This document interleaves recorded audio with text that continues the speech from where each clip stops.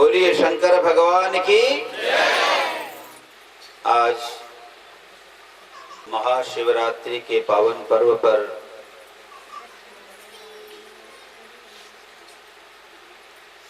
आनंद निकेतन के इस पवित्र परिवेश में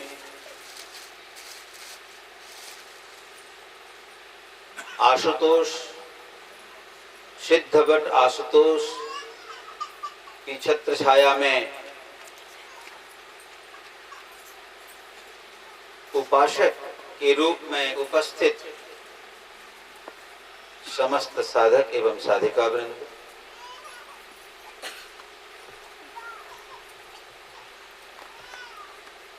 भगवान शंकर की हम सब पर यह अहेतु की कृपा है कि हमें एक बार पुनः उनकी आराधना, उनकी उपासना का अवसर मिला है। जब जब भी हमें भगवान की उपासना, आराधना एवं पूजन का अवसर मिलता है तो समझना चाहिए कि हमारे जीवन का यह उत्तमोत्तम क्षण है, सर्वोत्तम क्षण है। सांसारिक विषयों की उपासना में तो हम लगे ही रहते हैं, नश्वर की उपासना में ही तो हमारा 24 घंटा बीतता रहता है। वह महत्वपूर्ण नहीं है, महत्वपूर्ण वह है जब हम ईश्वर की उपासना में बैठते हैं, ईश्वर के पास बैठते हैं। आज इस पवित्र अवसर पर, शिवरात्रि के पावन पर्व पर हम यहाँ भगवान शिव की आराधना कर रहे हैं।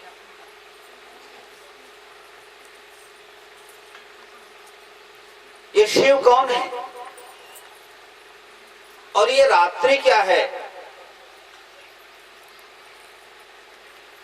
और इस शिव एवं रात्रि की महिमा हमारे सनातन धर्म में, हमारे भारतवर्ष में इतना अधिक क्यों है? पहले तो आप जाने कि ये जो शिव हैं समग्र जगत के कारण है, जिनको उपनिषदों में, वेदों में समग्र चराचर जगत का कारण, अधिष्ठान एवं ब्रह्म माना गया है। और रात्रि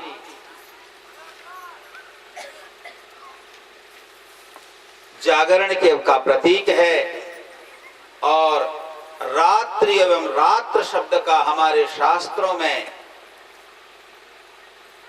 तात्पर्य है ज्ञान से। रात्र का मतलब होता है ज्ञान। शिवरात्रि अथवा शिवरात्र यह शिव को जानने के लिए है, शिव को समझने के लिए है, और अंततः शिव को पा करके शिव हो जाने के लिए, शिव बन जाने के लिए। इसीलिए आज के इस दिन की महिमा बहुत अधिक है। हम भगवान शिव की आराधना लिंग के रूप में करते हैं। शिव मूर्ति की पूजा बहुत कम होती है। यथार्थ में हमारे यहाँ शिवलिंग की पूजा की महिमा है। शिवलिंग जिसे हम ज्योतिर्लिंग के रूप में जानते हैं। आप सबको मालूम होगा कि हमारे भारतवर्ष में द्वादश ज्योतिर्लिंग की पूजा एवं द्वादश ज्योतिर्लिंग की महिमा बहुत अधिक गाई गई है।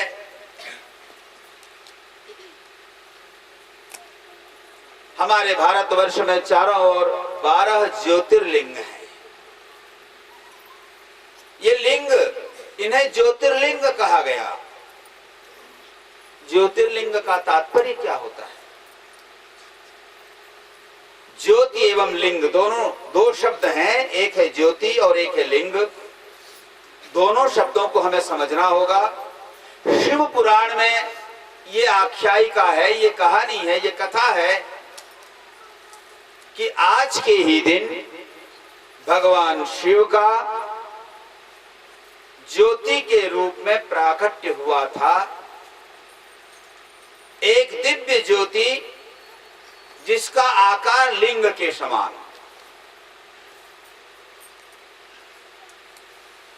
यथार्थ में लिंग का स्वरूप ज्योति है, इसीलिए ज्योतिर्लिंग कहते हैं। लिंग मतलब एक चिन्ह। स्वाभाविक अर्थ में लिंग का मतलब होता है चिन्ह। जिस चिन्ह के आधार पर हम किसी का परिचय पाते हैं, उस चिन्ह को लिंग कहा गया है। जैसे आप व्याकरण में भी देखते हैं ना, स्त्रीलिंग, पुल्लिंग, नपुंसक लिंग। लिंग के आधार पर आप जानते हैं ये स्त्री है, ये पुरुष है, ये नपुंसक है, इत्यादि इत्यादि। साधारण अर्थ में लिंग का मतलब होता है चिन्ह। परमात्मा को हमारे वेद में, वेदांत में अलिंग कहा गया है। माने परमात्मा का कोई चिन्ह नहीं है, न उसका कोई नाम है और न उसका कोई रूप है। ये परमात्मा की प्रथम अवस्था है, प्रथम परिचय है। लेकिन उसके बाद जिज्ञासु, साधक, सिद्ध महात्माओं ने अनुसंधान करके फिर उस अलिंग को लिंग के रूप में रूपांतरित किया, तो उसका एक नाम दिया, उसको एक रूप दिया। तो लिंग क्या कहा गया? फिर लिंग क्या है भाई? लिंग का मतलब केवल चिन्ह नहीं, बल्कि कहा गया जहां समग्र जगत जाकर लीन हो जाता है, उस तत्व का नाम लिंग है। लीनम अर्थम गमयति। समग्र जगत जहां जाकर के लीन हो जाता है, मिल जाता है, नष्ट नहीं हो जाता। लीन होने का मतलब ये मत समझना कि नष्ट हो गया। जैसे नाम और रूप की सत्ता को मिटा देता है। सोने का आप अलंकार पहने हैं, कुंडल है, हार है, लेकिन उसे सोनार के पास ले जाकर गर्म करके पिघला देने से कुंडल भी पिघल जाता है, अंगूठी भी पिघल जाती है, हार भी पिघल जाता है, तो सोने का वह एक पिंड बन जाता है, केवल सोना। तो मिटा क्या? नाम मिटा, रूप मिटा, अलंकार का स्वरूप मिट गया। सोना मिटा क्या? सोना नहीं मिटा, सोना है, केवल नाम मिट गया, रूप मिट गया। ऐसे ही जिस परब्रह्म परमात्मा में इस नाम रूपात्मक जगत जाकर के अंत में लीन हो जाता है, उसका नाम है लिंग। और वहीं से फिर समय आने पर ये प्रकट होता है। इसीलिए वेदांत में कहा गया, वेद में कहा गया, यतो वा इमानि भूतानि जायन्ते, जहां से ये समग्र चराचर जगत प्रकट होते हैं, पैदा होते हैं, जहां ये समग्र चराचर जगत रहते हैं, और अंत में जहां जाकर के ये सब लीन हो जाते हैं, उस समग्र चराचर जगत का उपादान एवं निमित्त कारण, सर्व कारण कारण जो है, उसी का नाम लिंग है। उस लिंग को ज्योति रूप में माना गया है। ज्योति रूप में मानने का कारण क्या है भाई? वेद कहते हैं वह परमात्मा ज्योति स्वरूप है। अंगुष्ठ मात्र पुरुषोंतरात्मा, वह परमात्मा अंगुष्ठ मात्र है। और वो रहता कहाँ है? सदा जनानां हृदय सन्निविष्टः, वह सबके हृदय में रहता है। और रहता किस रूप में है? अंगुष्ठ मात्र पुरुषः ज्योतिरीवावधूमकः, वह निर्धूम ज्योति के समान रहता है। उस परमात्मा का स्वरूप कैसे है? कहते हैं वो ज्योति के समान है, निर्धूम ज्योति के समान। दीपक से धुआं को निकाल दो, केवल ज्योति, उस ज्योति का जो आकार होता है ना, ज्योति के आकार का अगर धुआं के भाग को काट दिया जाए तो देखना ऐसे ही लिंग स्वरूप हो जाएगा ज्योति। वही ज्योतिर्लिंग है, मतलब आत्मा ही ज्योति है और आत्मा ही लिंग के रूप में हम सब के अंदर में विराजित है। इसीलिए उस आत्म पुरुष का ही नाम लिंग है और वही आत्म पुरुष को हम कहते हैं शिव। वही शिव है, अर्थात परमात्मा ही शिव है। उपनिषद कहते हैं इस आत्मा का वर्णन करते हुए मांडुक्य उपनिषद में एक बड़ी अच्छी बात है। ओम इत्येतदक्षरमिदं सर्वं तस्योपव्याख्यानम्, ये मांडुक्य उपनिषद की बात है। ओंकार की उपासना पर मांडुक्य उपनिषद में कहा गया परमात्मा कैसा है? ओंकार स्वरूप है। देखो, परमात्मा के रूप को ज्योति कहा गया। ध्यान देना इस बात को, परमात्मा के रूप को ज्योति कहा गया और परमात्मा के नाम को क्या कहा गया? ओम कहा गया। परमात्मा का और कोई नाम नहीं है। जितने नाम बाद में आप देख रहे हैं ये सब पौराणिक नाम हैं, लेकिन वैदिक नाम, एकमात्र नाम वैदिक नाम वो है ओंकार। ओम ओम इत्येतदक्षरमिदं तस्योपव्याख्यानम्, ये मांडुक्य उपनिषद में आप लोग पढ़ना। ओम ही एकमात्र परमात्मा का नाम है। बाकी जितने नाम हैं ये सब बाद में हमने दिए हैं। तो इसका मतलब ये नहीं है कि बाकी नाम परमात्मा के नहीं है, ऐसा नहीं। सारे नाम परमात्मा के हैं, लेकिन सर्वप्रथम नाम क्या है? क्या है? ओम। जब कुछ भी नहीं था यहाँ इस ब्रह्मांड में, तब केवल एकमात्र ओंकार ध्वनि था, ओम। इसीलिए ओम को कहा जाता है ब्रह्मांडीय ध्वनि, कॉस्मिक साउंड, ब्रह्मांडीय ध्वनि। जब कभी भी आप एकांत में, संपूर्ण एकांत में अपने चित्त वृत्तियों को एकाग्र करके बैठेंगे, ध्यान रहे, लेकिन ये बॉम्बे में, दिल्ली में, भुवनेश्वर में नहीं होगा। इसीलिए पहले लोग कहाँ जाते थे? एकांत स्थान में, जंगलों में जाते थे, बैठते थे झरने के किनारे या फिर बिल्कुल निःशब्द जगह पर। तो वहां जब आप बैठेंगे तो आपको सुनाई पड़ेगा वह कॉस्मिक साउंड, वह ध्वनि सुनाई पड़ेगी जिसमें केवल आपको ओंकार का ही स्वर सुनाई देगा। ओम, यह ओम परमात्मा का नाम है। महर्षि पतंजलि भी अपने योग दर्शन में कहते हैं तस्य वाचक प्रणवः, उस परमात्मा का वाचक अर्थात नाम, उस परमात्मा का नाम क्या है? ओम। तस्य वाचकः प्रणवः, पतंजलि ने कहा। वेद में ऋषि ने कहा ओम ब्रह्म है, पतंजलि ऋषि ने कहा ओम ब्रह्म का नाम है। और गीता में भगवान कृष्ण क्या कहते हैं? ओम इत्येकाक्षरं ब्रह्म व्याहरन् माम् अनुस्मरन्, है ना। ओम इति एक अक्षरम ब्रह्म, यही एकमात्र ओम अक्षर ही ब्रह्म है। ओम ही ब्रह्म है। उस ओमकार का स्वरूप क्या है? कहते हैं शिव है। शिव ओमकार स्वरूप है। इस ओम को आत्मा कहा गया और उपनिषद में कहा गया इसके 4 चरण हैं, 4 पाद। ओमकार के 4 पाद। ओम चैतन्य स्वरूप है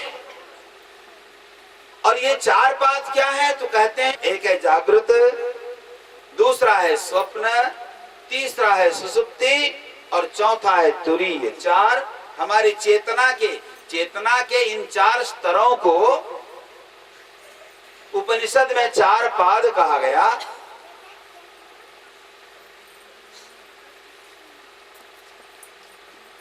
और वैसे मनोविज्ञान की भाषा में ये मन की 3 स्थितियां कॉन्शियस, सबकॉन्शियस, अनकॉन्शियस कहते हैं, चेतन, अवचेतन एवं अचेतन। लेकिन तुरीय की चर्चा वहां नहीं है। तुरीय चेतन अर्थात जागृत, अवचेतन अर्थात स्वप्न, अचेतन अर्थात सुषुप्ति। इन 3 स्तर तक तो हम साधारण मनोविज्ञान वाले जाते हैं क्योंकि हम मन की अवस्था इसको मानते हैं। लेकिन हमारे उपनिषद कहते हैं ये मन की नहीं, ये आत्मा की अवस्था है और आत्मा चतुर्थ है। चौथा तुरीय उसे कहते हैं। जागृत, स्वप्न, सुषुप्ति एवं तुरीय। कबीरदास जी कहते थे, ये शिवरात्रि की बात कर रहा हूं, साधना करो तो हर रात्रि शिव की रात्रि बन जाएगी। और तब क्या होगा? जागृत, स्वप्न, सुषुप्ति जानी, तुरीया तार मिलाया। जब आप जागृत को जानोगे, स्वप्न को जानोगे, सुषुप्ति को जानोगे, तीनों को जानने के बाद तब जाकर तुरीय में स्थिति होती है। और जब आप तुरीय में पहुंच जाओगे तो आपको फिर क्या मिलेगा मालूम? आप कहोगे तुरीय को जान जाने के बाद शिवोहम, मैं शिव हूं। जब तक जागृत में है आप कहते हैं मैं जीवोहम। जागृत में, स्वप्न में, सुषुप्ति में मैं अगर आपसे पूछूंगा कि आपका नाम क्या है तो आप कहेंगे मुझे रामलाल कहते हैं कि श्यामलाल कहते हैं। ये जागृत चेतना की बात है। ये स्थूल चेतना की बात है। लेकिन जब आप तुरीय की स्थिति को प्राप्त कर लेंगे तब मैं अगर आपसे पूछूंगा कि आप कौन हैं तो आप कहेंगे शिवोहम, मैं शिव हूं। उस ओंकार के 4 पाद में 3 पाद तक तो जीव जो है जागृत को जानता है। जागृत में, जागृत अवस्था अर्थात अभी हम और आप हैं। स्वप्न अवस्था मतलब जब आप भोजन करके बिस्तर में जाते हैं तो बीच में सब कॉन्शियस से अनकॉन्शियस में जाने के बीच में, जागृत से सुषुप्ति में जाने के बीच में एक अवस्था आती है स्वप्न अवस्था। जागृत में जीव तेजस कहलाता है, स्वप्न में जीव हिरण्यगर्भ कहलाता है और सुषुप्ति में वह प्राज्ञ हो जाता है। लेकिन उसके बाद की स्थिति जो होती है उपनिषद कहते हैं नान्तः प्रज्ञम न बहिष्प्रज्ञम न प्रज्ञान घनम न प्रज्ञम न प्रज्ञम। अर्थात उस अवस्था में जब व्यक्ति जागृत से ऊपर जाता है, स्वप्न से भी ऊपर चला जाता है, सुषुप्ति से भी ऊपर चला जाता है, तुरीय अवस्था में जब पहुंचता है तो वह तुरीय की स्थिति क्या है? तो कहते हैं उस स्थिति को अदृश्यम, अव्यवहार्यम इत्यादि इत्यादि कहते कहते वेद उपनिषद कहते हैं, वेदांत कहते हैं वही आत्मा है। और वह आत्मा कैसे है? शिवम शांतम अद्वैतम। भगवान शंकर जी के लिए कहा गया, आत्मा के लिए कहा गया कि आत्मा कौन है? शिवम। आत्मा क्या है? शिव है। जिसकी आप उपासना कर रहे हैं, यथार्थ में यह उपासना का जो आधार है वो कौन है? शिव है। उस शिव को हम अभी कहां पूजन कर रहे हैं? बाहर पूजन कर रहे हैं, है ना? बाहर हमें ऐसा लगता है कि हम बाहर में शिवलिंग की पूजा कर रहे हैं, जबकि यथार्थ में क्या है? शिव हमारे अंदर है। किस रूप में? ज्योति रूप में। और उसका नाम क्या है? ओम है। ओम ही शिव है, ओम ही शंकर है, ओम ही सर्वम इदम। सर्वम इदम मतलब ये दिखाई पड़ने वाला संसार भी शिव है, और दिखाई न पड़ने वाला अव्यक्त संसार भी शिव है। जो दिखाई पड़ रहा है वो भी शिव है। आप देखें, आप लोग पढ़े हैं ना भूगोल में, ये ब्रह्मांड नारंगी के समान गोल है बोलते हैं, लेकिन आप अगर ठीक से चिंता करेंगे तो ये समग्र ब्रह्मांड जो है अंडाकार। इसका नाम क्या है? ये ब्रह्मांड शब्द जो है ये वेद का शब्द है। ब्रह्म अंड, अंड है ना, ये ब्रह्मांड, ये समग्र जड़ चेतन जो है ब्रह्मांड कहलाता था। ब्रह्म का अंड, इसी को हिरण्यगर्भ कहते हैं। वेद कहते हैं, वेद में इसका वर्णन है, हिरण्यगर्भः समवर्तताग्रे भूतस्य जातः पतिरेक आसीत् सदाधारं पृथिवीं द्यामुते मां कस्मै देवाय हविषा विधेम। हिरण्यगर्भः समवर्तताग्रे, अग्रे हिरण्यगर्भः समवर्तत।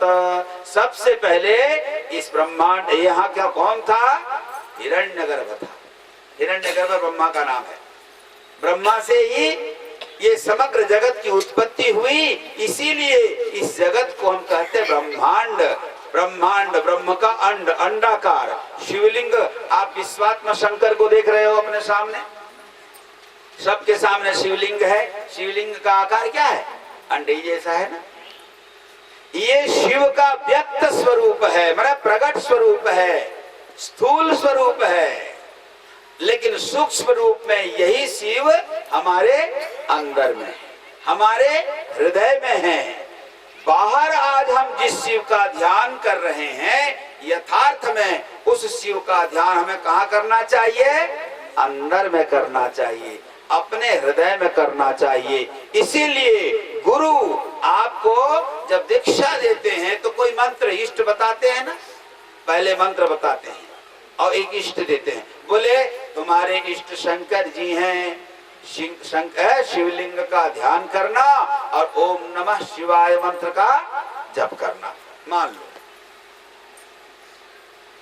अब उसमें आप तर्क करोगे तो तर्क करने से यहाँ जीवन में भटकाव आ जाता है।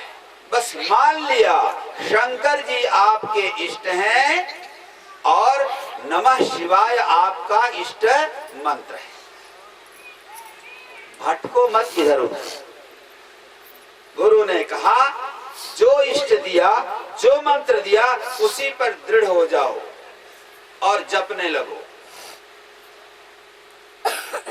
पहली अवस्था में मन चंचल होता है ना, बाकी टाइम में मन सब जगह मस्त रहेगा, लेकिन जैसे ही सवेरे सवेरे पूजा घर में बैठ जाओगे, माला ले लोगे और गुरुजी ने कहा कि शिवलिंग का ध्यान करना और नमः शिवाय जप करना, तो ध्यान तो नहीं होगा और जप भी, मन उसी समय भागेगा, इधर भागता है ना।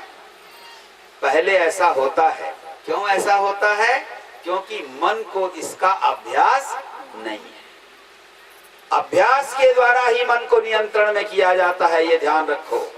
मन जिसका अभ्यासी हो गया वही वही लगता है। जैसे जिनको तंबाकू खाने की आदत, अभ्यास हो जाता है, पान खाने का अभ्यास हो जाता है, गांजा पीने का अभ्यास हो जाता है, शराब पीने का अभ्यास हो जाता है, तो बस 2-4 मिनट के बाद या जैसे ही नशा छूटे मन कहाँ घूमता है?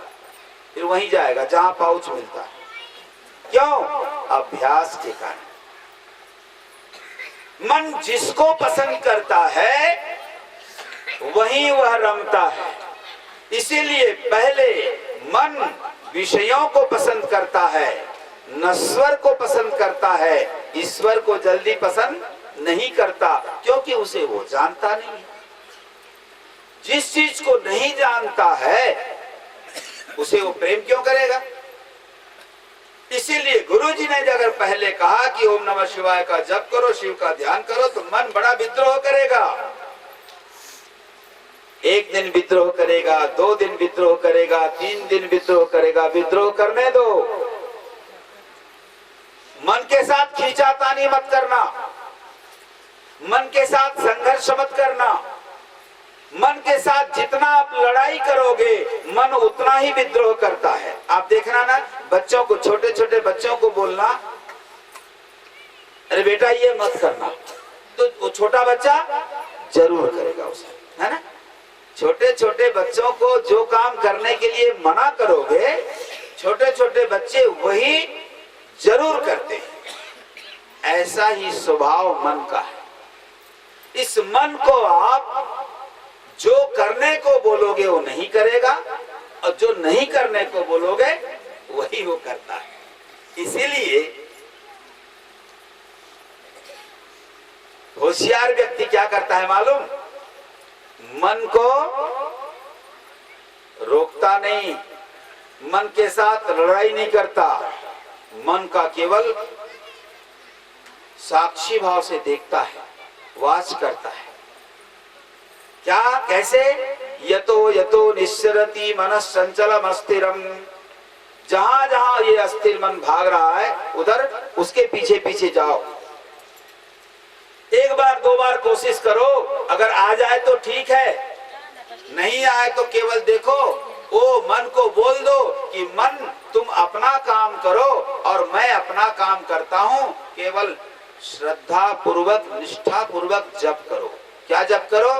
ओम नमः शिवाय मंत्र का, कोई भी मंत्र जो भी तुम्हारा है। लेकिन मैं ओम नमः शिवाय इसलिए बोल रहा हूं, पहले तो इष्ट का और इष्ट के मंत्र का जप करो और श्रद्धा और निष्ठा के साथ करो। जैसे जैसे आपकी श्रद्धा दृढ़ होती जाएगी, मन वैसे वैसे शांत होता जाएगा। जैसे जैसे आपका प्रेम आपके इष्ट के प्रति या आपके गुरु के प्रति बढ़ता चला जाएगा, वैसे वैसे मन एकाग्र होता जाएगा। और एक दिन ऐसा आता है, ये मैं अपने अनुभव की बात बोल रहा हूं। मेरे गुरु ने मुझसे कहा कि बेटा मन को जबरदस्ती खींच खांच करके लाने की जरूरत नहीं, जो कर रहा है मन को करने दो, लेकिन तुम अपना काम करो। मन अपना काम करे, तुम अपना काम करो। देखना एक दिन ऐसा होगा कि मन अपने आप घूम फिर करके आ जाता है। ये मन का स्वभाव कभी कभी कुत्तों जैसा होता है ना।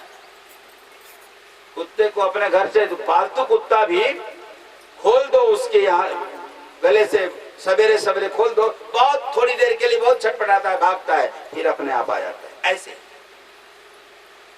तो पहली अवस्था में आप अपने इष्ट को बाहर मानते हो, नाम जप करते हो,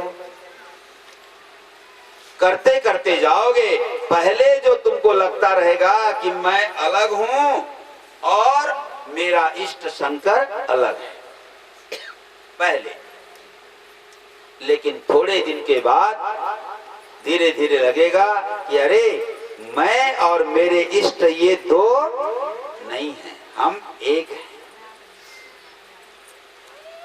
और थोड़े दिन के बाद लगेगा कि हम दो नहीं, एक नहीं, बल्कि मैं ही इष्ट हूं। पहले लगेगा साधक अलग है, साधन अलग है और साध्य अलग है। उसके बाद लगेगा कि साधक में और साध्य में भेद नहीं है, और अंतिम अवस्था में लगेगा यथार्थ में मैं ही साधक भी हूं, मैं ही सिद्ध भी हूं, मैं इष्ट हूं, मुझ में और उसमें कोई अंतर नहीं। और ये भावना जब दृढ़ हो जाती है, तब फिर व्यक्ति को क्या लगता है? सर्वम शिवमयम जगत, सर्वम विष्णुमयम जगत, सारे श्री राममय सब जग जानी बोलते हैं ना। रुद्र हृदयोपनिषद में मैं देख रहा था तो बड़ी अच्छी बात मुझे देखने को मिली। सुखदेव जी महाराज अपने पिता व्यास से पूछ रहे हैं, प्रणम्य शिरसा पादौ सुको व्यासम उवाचः। सुखदेव जी पूछते हैं व्यास जी से कि पिताजी, को देवा सर्वदेवेषु अस्मिन् देवाश्च सर्वतः कस्य शुश्रूषणा नित्यम प्रीताः देवा भवन्ति वै। समस्त देवों में कौन देव श्रेष्ठ है और किस एक देव की उपासना कर देने से सबकी उपासना हो जाती है? तो व्यास जी ने क्या कहा मालूम? ये उपनिषद रुद्र हृदयोपनिषद की बात मैं बोल रहा हूं। व्यास जी ने समझाया, बेटा सर्वदेवात्मको रुद्र,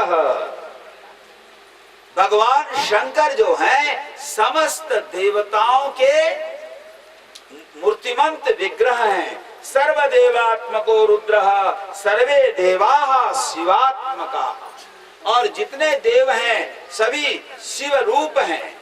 शिवात्मक मतलब सभी देव शिवात्मक शिव रूप हैं, और सभी देवताओं का निवास स्थान या आधार स्थान भगवान शंकर है। इसीलिए हे पुत्र, केवल शंकर जी की उपासना कर लेने से सबकी उपासना हो जाती है।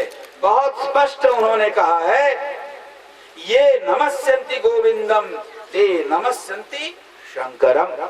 ऐसा मत समझो कि हरि अलग है और हर अलग है।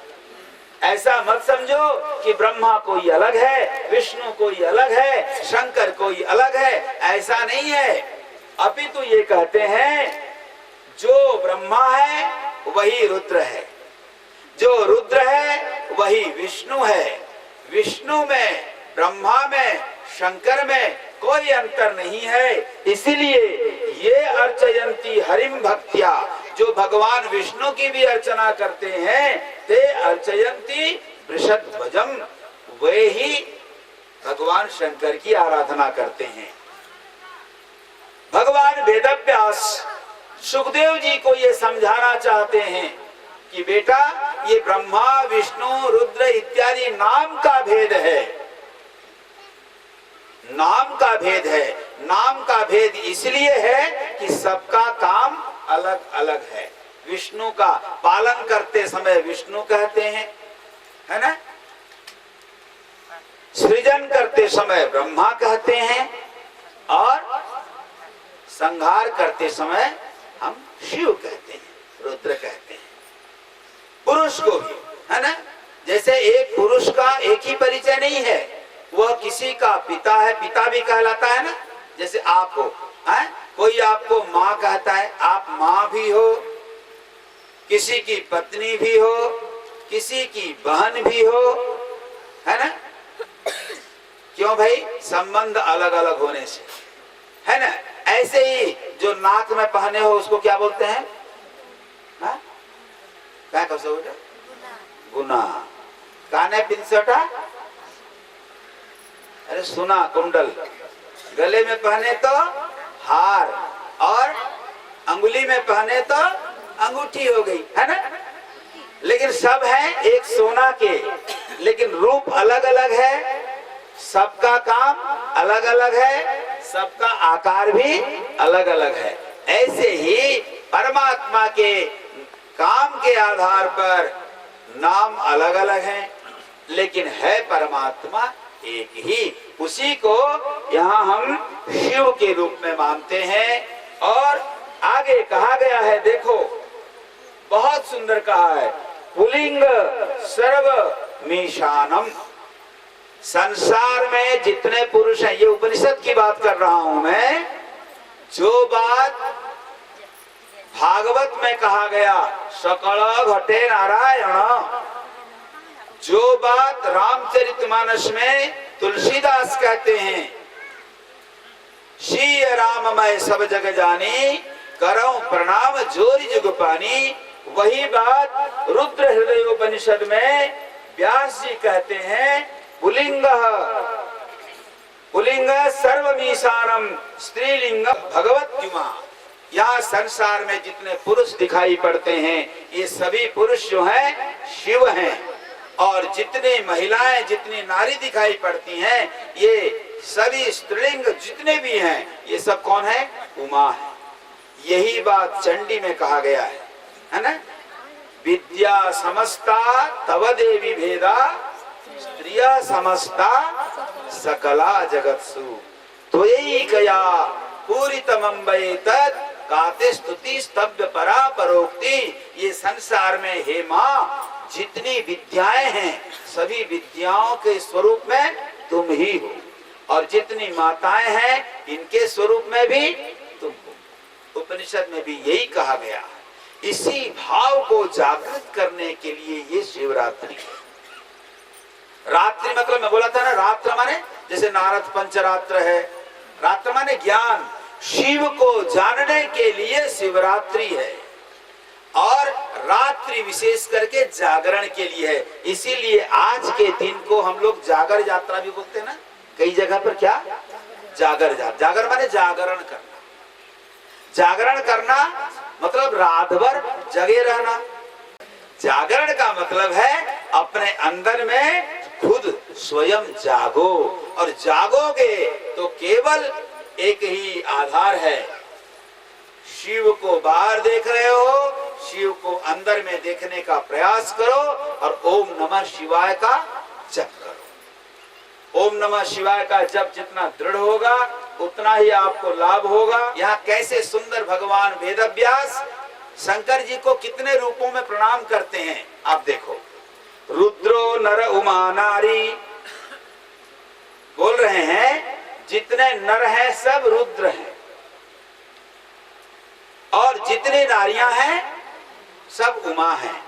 रुद्रो नर उमा नारी तस्मै तस्यै नमो नमः।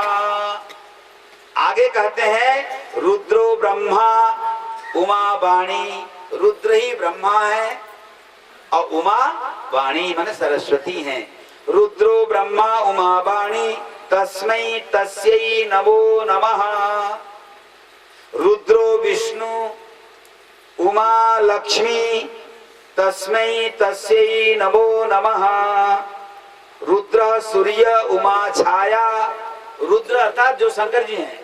रुद्रो सूर्य, रुद्र सूर्य है, और सूर्य की पत्नी छाया उमा छाया तस्मै तस्यै नमो नमः। रुद्र सोम चंद्रमा, उमा तारा तस्मै तस्यै नमो नमः। रुद्रो दिवा दिन रुद्र हैं, तो उमा रात्रि तस्मै तस्यै नमो नमः। रुद्रो यज्ञ, रुद्र अगर यज्ञ है तो उमा वेदी है, यज्ञ वेदी। रुद्रो यज्ञ उमा वेदी तस्यै तस्मै नमो नमः। रुद्रो बन्ही, रुद्र अगर आग हैं तो रुद्रो बन्ही उमा स्वाहा। यज्ञ में स्वाहा करते हैं ना, उमा स्वाहा तस्मै तस्यै नमो नमः। रुद्रो वेद उमा शास्त्रम तस्मै तस्यै नमो नमः। इस प्रकार भगवान रुद्र को ही सब कुछ माना गया है। तो आज हम विश्व रूप में एवं विश्वात्म रूप में, विश्व के रूप में भी रुद्र हैं और आत्मा के रूप में भी रुद्र हैं। इसीलिए हमारे इष्ट यहाँ विश्वात्म शंकर कहते हैं, कहलाते हैं। विश्वात्मा, ये समग्र विश्व ही रुद्र का स्वरूप है, और आत्मा के रूप में भी रुद्र हैं। और उस आत्मा को पाना है, जानना है, तो बाहर ये प्रतीक उपासना है, असली उपासना हमें अंदर में करनी है। शिवरात्रि इसीलिए है। अंदर में ज्योति के रूप में भगवान शंकर सबके अंदर विराजित हैं, और वह ज्योति अखंड ज्योति है, वह ज्योति अद्वैत ज्योति है, वह ज्योति निर्लेप ज्योति है, वह ज्योति निर्धूम ज्योति है, वह ज्योति आनंद ज्योति है। और वह ज्योति विश्वात्म ज्योति है, विश्व ज्योति। इसीलिए उस ज्योति स्वरूप शिव को लिंग रूप में हम अपने ही हृदय में धारण करें, जाने और उसकी उपासना करते करते करते करते भ्रमर कीट का दृष्टांत दिया गया है। जैसे भृंगी कीड़ा एक किसी भी कीड़ा को ला करके अपने घर में बंद कर देता है। एक घर बनाता है मिट्टी का, देखना, उसमें कीड़ा लाके भर देता है,